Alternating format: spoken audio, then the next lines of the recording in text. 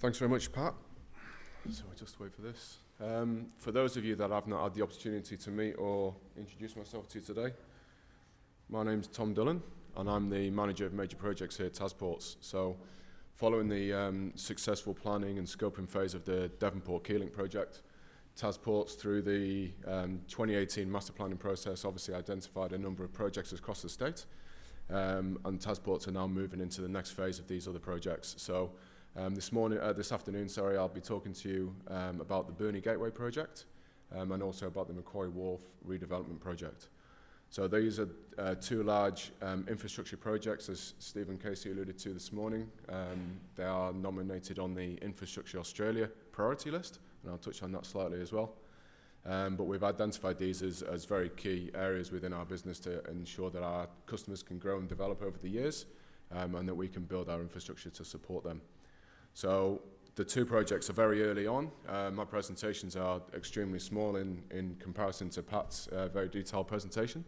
It's more of a snapshot of what we are looking at. We are in that very front-end scoping phase of the project.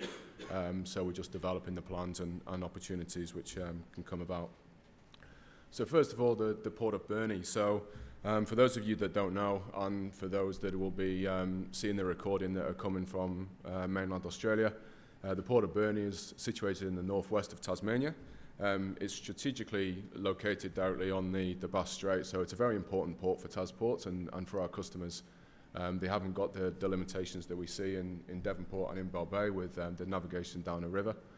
They can easily access that. Obviously, that's compounded by the wind and the weather that we see on the Bass Strait. So there are pros and cons to its location. In its current form, the Port of Burnie supports a number of different commodities and customers. The largest that we see in Burnie is the Burnie Chip Export Terminal, which is owned, operated and maintained by TasPorts, and currently sees the export of around 1.3 to 1.5 million tonnes of wood chips per annum.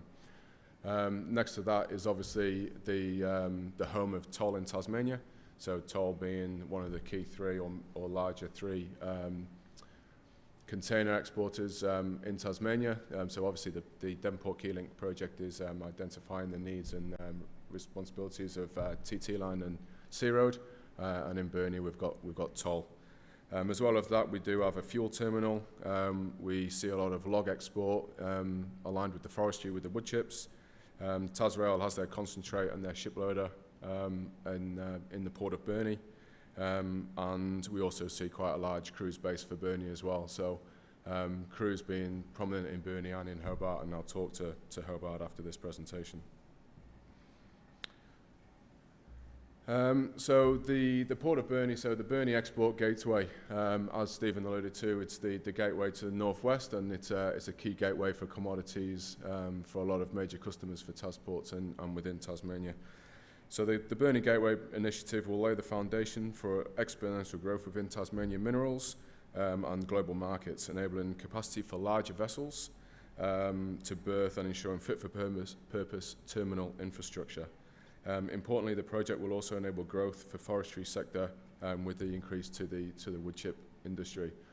So as I've noted on the slide here, we reviewed the Export Gateway project, and we looked at the Port Master Plan, and we looked at our current customer and future customer requirements and needs. The first one off the rank there, obviously, it's Infrastructure Australia initiative. TasPorts are very proud of the fact that we've got two key projects nominated on the Infrastructure Australia list. This list obviously comprises of key infrastructure projects that have been nominated across the country, and TasPorts are very proud to have two projects nominated on this list. The Burnie Gateway, the Burnie Export Gateway project will allow multi-commodity, multi-use bulk export facility. So what we're looking at here is we're looking at opening the doors to our mining customers, primarily on the west coast of Tasmania, looking at what they need, what they're looking at exporting, and giving them the ability to safely export out of Burnie. It'll be the closest port to their pits and gives real opportunity for growth of their areas. With that, we'll see the capability to berth Panmanac-size mineral vessels. So with that, we see the the mineral sector wanting to use these vessels, and also it gives the opportunity for our wood chip customers to increase from that 1.3 to 1.5 million tonne up to about 2 million tonne per annum. We're also looking at the iron ore or the bulk mineral export being 2 to 5 million tonne per annum.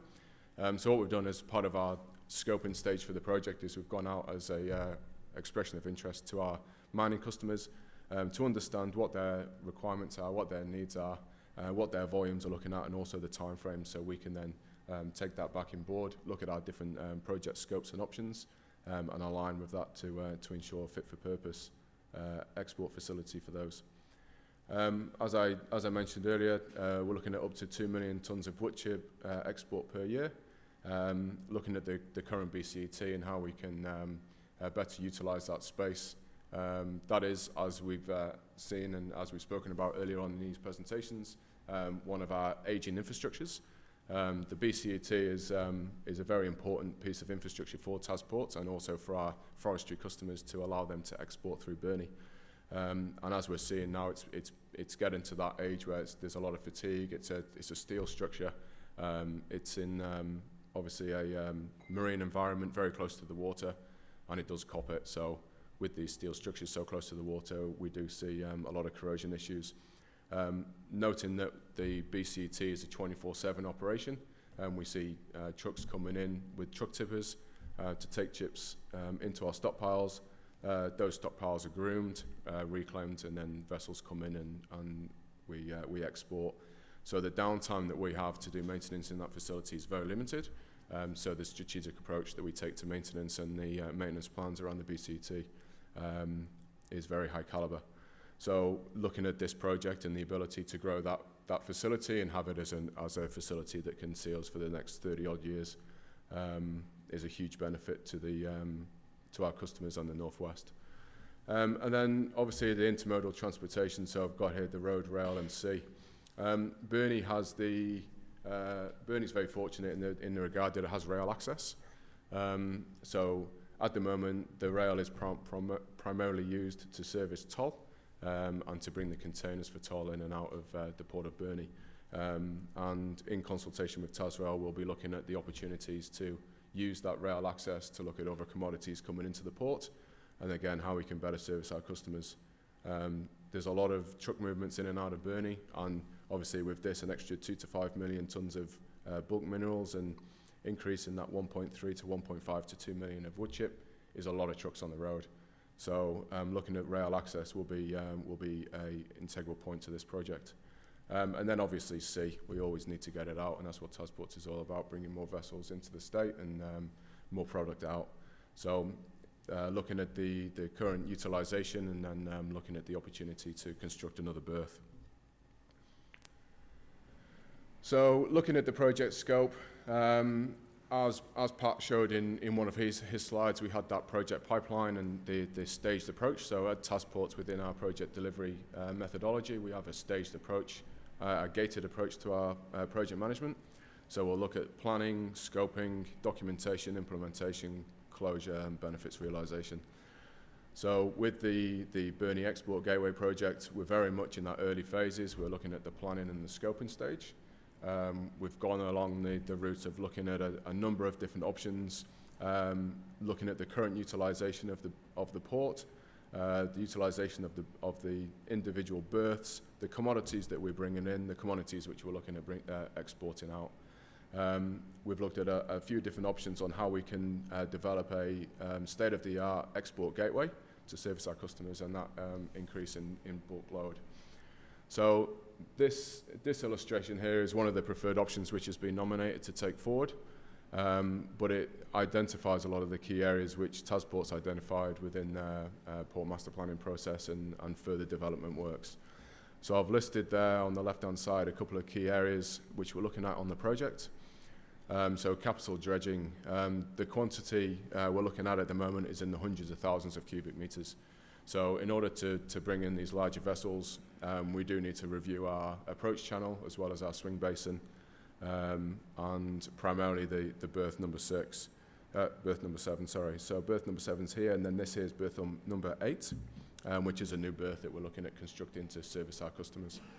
So with that, there is a large dredging campaign that we'll be looking at kicking off, and with the staging of the project, which is still under review, it will more than likely happen at the start of the project to enable us to move on to the next large piece of work, which is the second dot point there, which is the land reclamation.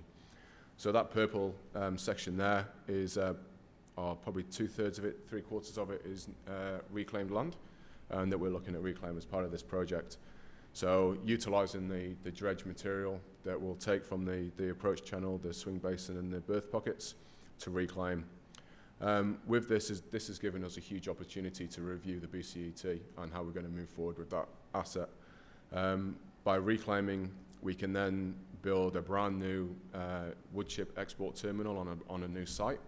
And what that will enable us to do is to keep our current customers' operation running at that 24-hour, 7-day-a-week process. So we will look at reclaiming and then constructing a new site, sort of like how a McDonald's would build a new McDonald's. They don't want any downtime. They'll build a new facility in the car park and then knock the old one down. Sort of the same approach here. With that, then that opens up the opportunity to repurpose the old BCT site for the minerals. So bringing in or exporting 2 to 5 million tonne per annum from a TasPorts point of view, zero or next to zero at the moment. We do need a lot of space, a lot of laydown on the facility to do so. So that's what we're looking at here.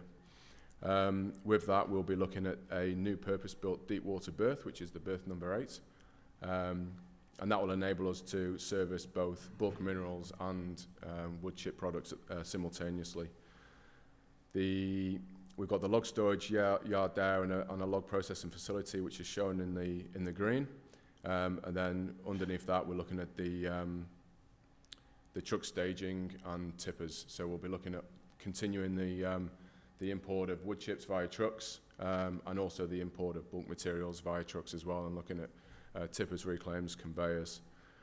The intermodal access will be linking in hopefully with TasRail to enable the rail access to have retainers and conveyors into either the bulk minerals and or the BCET. And then the development of the shiploading infrastructure. So conveyors, multi-cargo ship loaders. Again, by building a brand new facility and not refurbing our current BCET, it enables us to look at our stockpiles, our reclaims, our conveyors, and really future-proof and build in redundancy to enable other customers to come into the BCET and into Burnie and export. So with berth 7 and berth 8, looking at the ability to do either both or one of a commodity out of those berths. Again, we're in the scoping and feasibility stages at the moment, so anything's up for grabs, but looking at opportunities for probably multi-cargo on both berths, which will allow for double up vessels and service our customers, and it will also give us the redundancy if there's ever maintenance requirements or a shutdown on one of the berths. And then undercover storage facilities. So with the bulk minerals, we'll be looking at putting those in undercover sheds that can contain it from an environmental and dust point of view. Very, very conscious of the Burnie community and the issues that they currently have with dust from the port. So for those that don't know, the township is extremely close to the port, and at present, with some prevailing winds, we do get some wood chip dust that goes into the town. So on those days, we do shut down operations and are very conscious to the community. But by moving the BCT further away from the CBD, we'll alleviate some of that dust, and then by constructing the mineral storage sheds, will contain a lot of iron ore dust and also act as a bit of a block from the wind for the BCET. So that's a very quick snapshot of the Burnie Export Gateway project. Following on from the success from the Keeling project, this is probably the next project off the ranks. We are building on the current PMO office that we've established at TasPorts and the resources that we've been able to secure through the Keeling project. So it's given us a really good head start with these two projects. We've got really good governance and policies and procedures in place, And there was a lot of work in the upfront planning that was undertaken on the Devonport Key Link project that we're leveraging on now. So we've got a model where there is a simple, consistent approach to our project delivery, and we can duplicate this. So Devonport Key Link had to do a lot of the hard yard to get all of this up and running. So hopefully we can see Burnie and Macquarie Wharf really come online a lot quicker, noting that we can come off the back of that hard work from Key Link. Any questions?